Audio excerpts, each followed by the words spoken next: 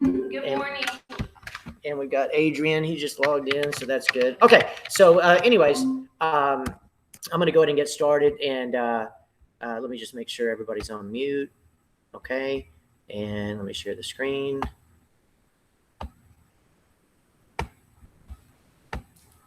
Okay, so today what we're doing is we're going to be working with a buyer, and then on Friday we'll work with a seller, and it's specifically about doing a CMA. But I'm also going to encompass how to do a search a bunch of different ways. So when we train, and in this firm, we're big proponents of knowing two websites like the back of your hands. One is MLS and the other one is Zip Forms. On Zip Forms, we'll do that another day. This will just be training on MLS, but Zip Forms, of course, I think it's $11 a year. You can get Zip Forms mobile. Absolutely recommend you do that and goof around with it, make up hypothetical buyers, Daffy Duck or whatever, and just get real comfortable with working with it. So so today we're doing a buyer, and an example is yesterday, actually. Yesterday I had a buyer that wanted me to do a specific search, and they sent me an email and they outlined a region of DFW that they wanted a search done. So again, I log into MLS, and our most important tab is going to be hovering over the search tab. So I went residential search, and they wanted 0 to 300. So that's easy on the far right. But then right here, it says map search. I clicked on it. And when I clicked on it, this map pulled up, and I kind of moved down, and then I went in, which by hitting the plus sign. And again, I want to get a little further in, because what she did is basically she outlined Richardson. So I'm going to show you on this little hand what she wanted me to search, but she wanted me to search this area, this area, this area, like that. So you can see up here that you can hit draw radius, you can draw a square, you can draw a polygon, which I don't even know math, so I have no idea what that is. You can do a recenter, but right here it shows freelance or freehand. That's what I like to call it, freelance. So I clicked on it, and then what I did is she wanted it done right here, so you can draw a perfect circle around what she wanted. And that's pretty crazy. Hold on a second. I'm going to add, looks like we have more people here. So again, that's crazy. Then all you do is hit criteria, go on mute.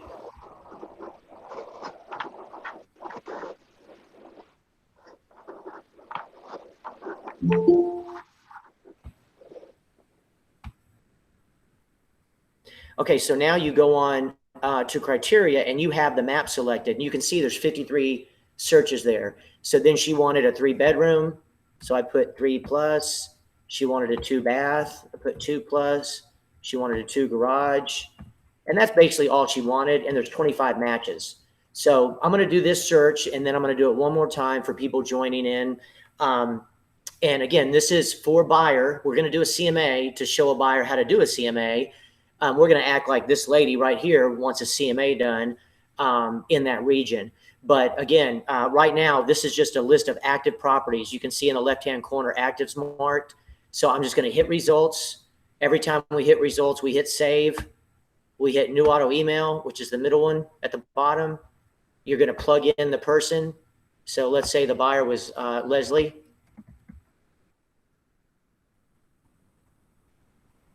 Okay, you're going to put in her email. Oh, yeah. Oh, no. So then you hit save. You'll see Leslie right here. Forever Leslie will be in this drop down now. So if you do other searches, you won't have to put her in as a new client. Here, because I'm going to go ahead and text Leslie, I'm about to send this. I just put homes in the subject line. I scroll down, and boom, I hit save, and I just emailed it to her. Okay. So let's say that I show her a property. Again, one more time, let me just go over this real quick. Let's say that, Cassandra, she calls me and she's a buyer and she wants me to look in a certain area. Why do you do quick rather than detailed? I can do either. So I'm just used to it. So I'm going to do detailed now. So when you do detailed, you can see that you have a lot of criteria. You'll still have only active mark because that's how I have it set up for y'all. So again, if you wanted to do a search of an area without having in the MLS, number one, you want to kind of zero in on Texas. That's another reason I think detailed shows you a pretty large area. So now you're going to go up to Dallas. Okay, you're going to hit the plus sign. You're going to kind of zero in. All right. So let's say that somebody wanted Garland. Okay, well, you can see here's Garland, and they wanted to kind of follow the highway. So again, you could do draw radius. You could do draw rectangle. I just like this freehand because you can basically just start here and you can follow it like you have a pen. Okay, and again, I think that's pretty cool. Okay, you can go like this, and then boom. Okay, now that's already got it set. So now all you do is hit criteria. You're back at the criteria, and again, you go 0-300. Okay, you do your normal search, single family. There's 74 matches. Okay, one more time, and then we'll do a CMA, but you hit results. I'm going to send this to Leslie. I'm going to hit save. I'm going to hit new auto email. And again, that's always how you want to do it. Now Leslie's in my drop down. So I scroll down and look for her. And you can see there she is. I just select her. If she's not in there, then I need to create new contact. Here I'm going to put Holmes, spell it correctly, and then I'm going to go down and I'm going to hit save. All right, so let's say that somebody just wants to know the value of properties in a general area and they don't want to give you a subdivision name. So there's multiple ways to do a CMA. So now that's what we're going to cover. Again, we're going to be at MLS. That website is matrix.netrus.net. So once you log in, it'll be this screen and you're going to hover over search, and let's do residential detailed just to show you that you can do quick or detailed. So you do detailed. The first way to do an MLS search is always you want to, in my opinion, I don't put coming soon, but I do put active kick out. Those are all three under contract. The sign is still in the yard, but the final price has not gone to funding. Pending means the sign's in the yard also. Sold means that it's empirical data. You're going to go 0 to 180. You're going to go 0 to 180, could go 6 months. And then you can just go down and type in the subdivision. This is called Crystal Creek. Now, what I like to do is I don't like to finish out the word. I like to hit the shift and the 8 button because that basically wildcards Crystal, CREE, anywhere in the entire MLS. Then you need to go down and type in the city. So when you type in the city, maybe I spelled that wrong. How do you spell crystal? You know? C-R-Y. Oh, that's what it was. I didn't.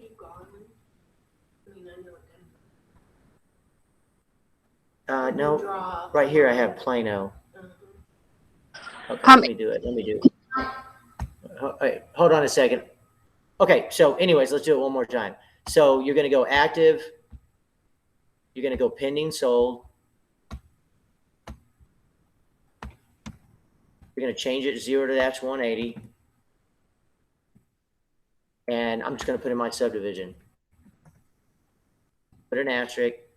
Okay, you'll see there's 7 homes. Okay, so I just want to send this as a CMA. All I need to do is hit results.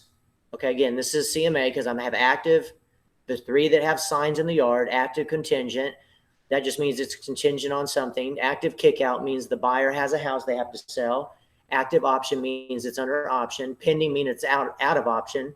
It's sold means it's closed. So you hit results, and now I want to send this to Leslie. I basically do select all at the top, so I'm not going to hit save on this because it's a CMA. I'm going to select all, and then I'm going to click quick CMA. When I click quick CMA, you basically have it generating a CMA for you. That will be good enough, okay?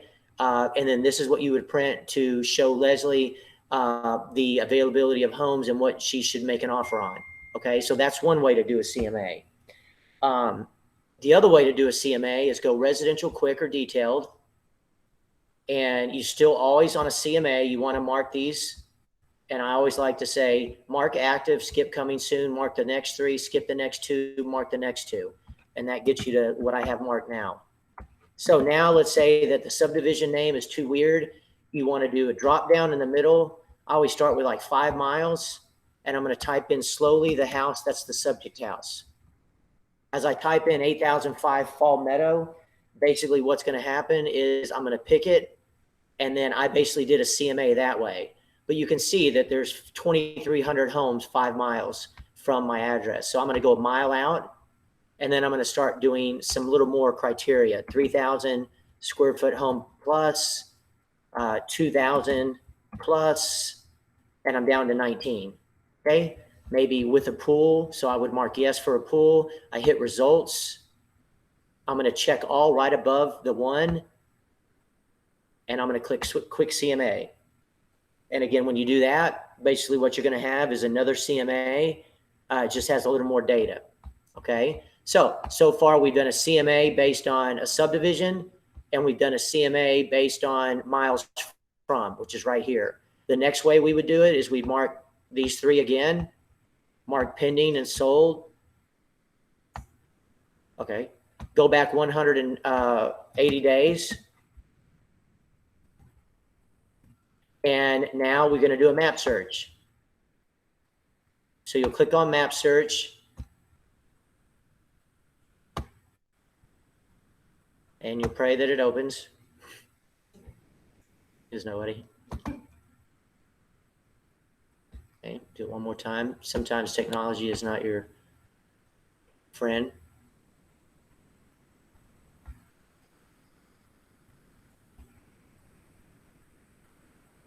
Again, it's good for me to do this because it shows redundancy, and there's no reason why anybody on here or people watching it later won't know how to do this now.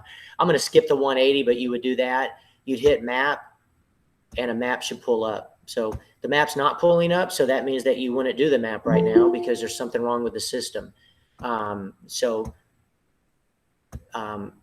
again, there's the map. All right, so sometimes you have to wait. All right, so again, you're going to zero in.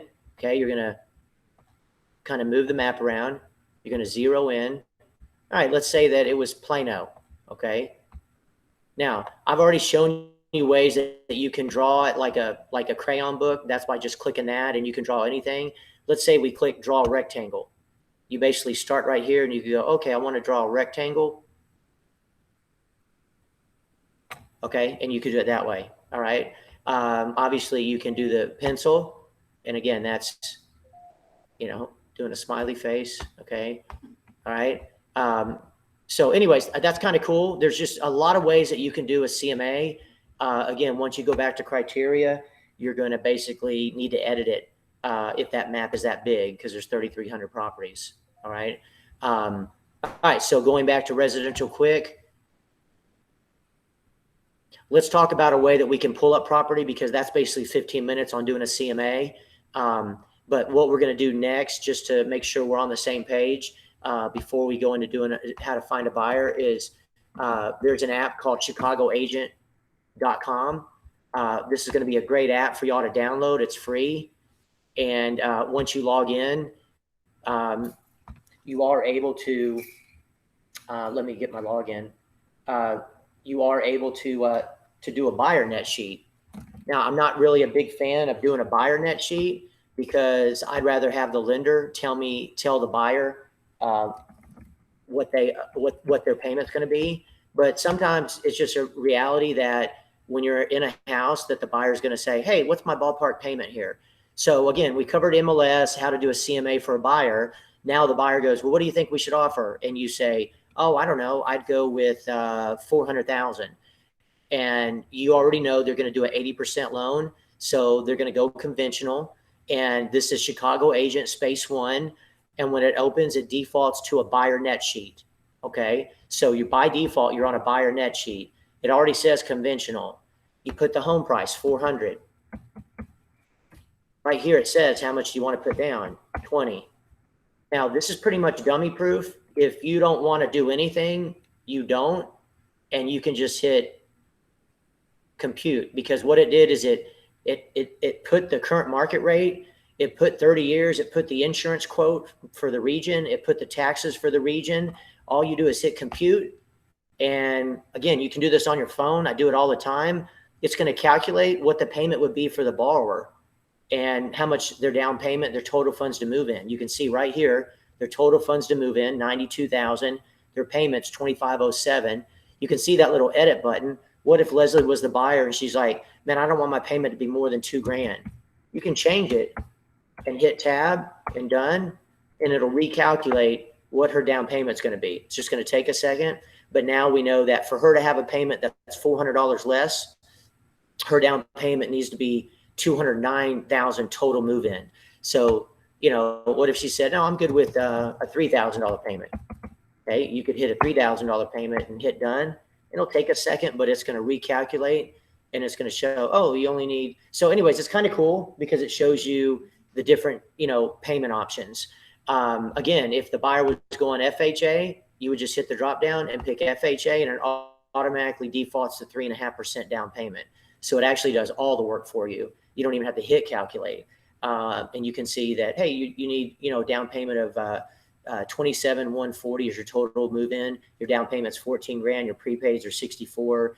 Again, is it good to do this? Very, very conservatively. You know, you would rather, you know, you don't want to use this as much as you can because as the buyer, you want them to get with a lender so that it's exact and you're never blamed. But again, that's a buyer net sheet. This is a free app. ChicagoAgent.com is on the web. Chicago Agent space ONE is on the App Store. Okay. All right. So back here, let's just cover some things that are some basic for another 12 minutes or so. It's a short training. And the only reason is because MLS, I mean, y'all should be doing this training on your own, and all my videos talk about it. Let's say that Leslie wanted me to pull up a property and I didn't know anything about how to find it, but all she knew was the address was 8005 and that it started with an F. All I'd have to do is go right here and type in 8005 and just put an F, hit enter. And since 2003, it's going to pull up every property that starts with an 8005 and an F. So then you can see it right there. Let's say that Leslie called and only knew that the first three letters were fall. I could just go right there and type in fall. I could hit return, search. It's going to pull up every property since 2003 with an FALL in it. Now I'm going to have to do some searching, but I'll find it. Let's say that Leslie called and knew that the city was Plano, but it only started with an F. I could go F, I could go to city, and I could find Plano. And when I found Plano, training is always different when it's live. When I find Plano and then hit search, it's only going to pull up every street with an F in Plano. And again, I could find it eventually because it is in the MLS. Any property that's ever been listed since 2003 is going to have their activity in here. Okay. Now let's talk about doing leases because we're doing a lot of those, and just kind of move this in for 10 minutes on working with a tenant. Give me 1 second. Let me add this person in. Okay. So now we're going to be working with a tenant because we're working with a lot of buyers or tenants. And on Friday, we'll do working with, you know, doing this in the MLS with a seller and a landlord. So you have Leslie, she calls you and she wants you to do a search of rentals. So you go hover over search, residential, quick or detailed. I just am used to quick, but it's your call. Now we know we're doing a search just for a tenant. So over here, Leslie says, I want everything 0 to 3,000. And she says she wants Flower Mound. So down here, you just type in Flower, MOUN. As soon as you get to MOU, it picks Flower Mound, so you're good.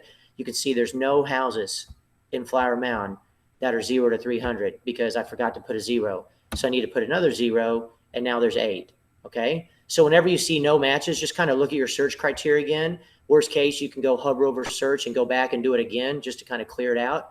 So now I want to send these 8 matches to Leslie. I'm going to hit results.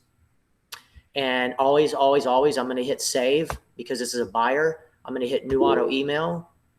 And now I need to put her in. Okay. So let's say that her name was Daffy Duck. I'm going to put in Daffy Duck. That's the buyer's name. The email is d@d.e.com. I'm going to hit save. And as soon as I hit save, I have her right there. I'm now just going to put lease homes. And then I just scroll to the bottom. And at the very bottom, I hit save. And I just emailed to Daffy Duck. I'm going to text her to let her know to look for it. So she sees a house at 2117 Larkspur. She wants to make sure that she wants it, but that she's not paying too much for it. So I need to do a CMA of lease properties. And again, it's 2117 Larkspur. So first off, probably she's going to get back with me when I'm already logged out of MLS. So I need to find the property. And so I'm just going to go right here and type in 2117 and an L. That's all I need. I'm going to hit search, and it's going to pull up everything that's 2117 Larkspur with an L. You can see that there's the first property. I'm going to click on it, and now I know the subdivision is Lake Bluff.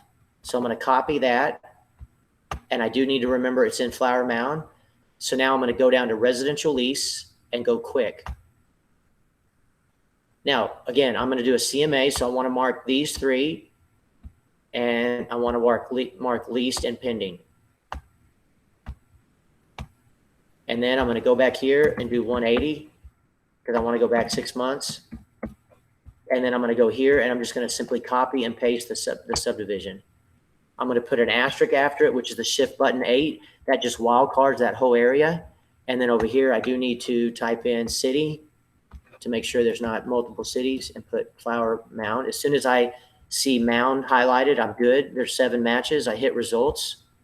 Again, this is a CMA, so I'm not going to hit save. Instead, I'm going to click above the 1 and check them all.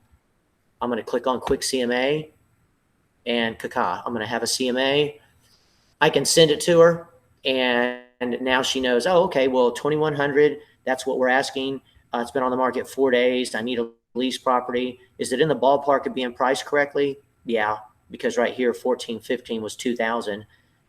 So again, it's going to be a negotiation, but you know, if she wants the house, she'll probably need to go 2100 because it's only been on the market 4 days.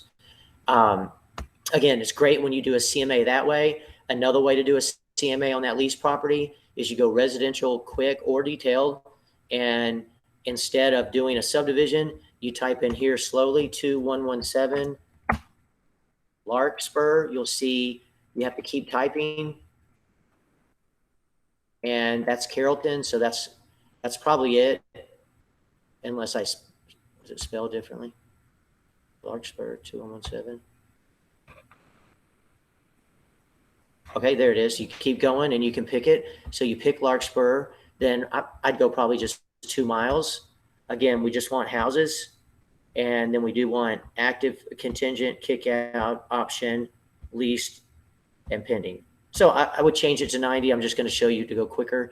You can see there's 88 matches. That's way too many. So maybe I would do the square footage. If you recall, the square footage was like 1,400. I might go 1,200 to 1,600. And now there's 30. Okay, that's good enough. So I hit results. This is a CMA. I check all right above the 1. I hit quick CMA, and booyah, I'm going to have a CMA based on a mile from that property, so she can get a good idea. Okay. So anyways, I mean, this is a quick training. Only had 1 person show up in person, even though we have as of today, we have 155 agents, and I'm about to onboard 2 others today. What we're going to be reviewing is next year starting that maybe we do every other Wednesday to, you know, I'm going to always train on Wednesday, but it'll always be recorded. But, you know, me taking time out of my day when I could actually be just answering phone calls from y'all as I'm available 5 a.m. to midnight, and I can do training with you independently on the phone.